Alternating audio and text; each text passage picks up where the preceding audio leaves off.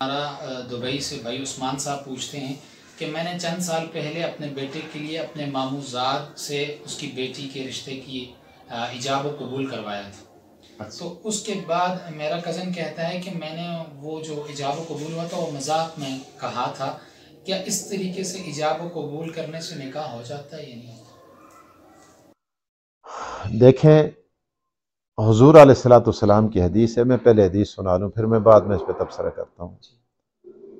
सलासतुन जिद्दुहुन्ना जिद्दुन व अज़्लुहुन्ना जिद्दुन।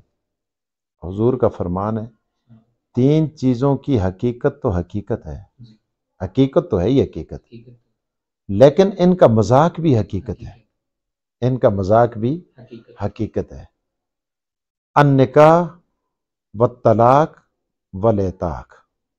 निकाह अगर मजाकन भी आपने कहा कि जी मैंने अपनी बेटी दो गवाहों के सामने मैंने आपके बेटे को दे दी, उसने कबूल कर ली, या उसने कहा कि आपने बेटी मुझे दे दी है, मेरे बेटे फलां बेटे को दे दी है, इसने कहा जी मैंने दे दी है, तो ये देने से निकाह मुनक्कद हो गया। या कोई औरत कहती है, मजाकन भी कहती है, मजाक के अंदर भी वो कह रही है कि मैंने फलां अपने आप को फलां शख्स के निकाह में दे दिया दो गवाहों के सामने, वो कहे मैंने कबूल कर लिया, तो ये मुनक्कद हो गया। मजाक के अंदर तलाक दे दी बीवी को, तलाक भी वाक़ हो जाती है। मजाक के अंदर आपने कहा कि गुलाम से कहा कि तू आज़ाद है, तो वो आज़ाद हो गया। इनकी हकीकत तो है ही हकीकत, लेकिन इनका मजाक भी क्या है, हकीकत है।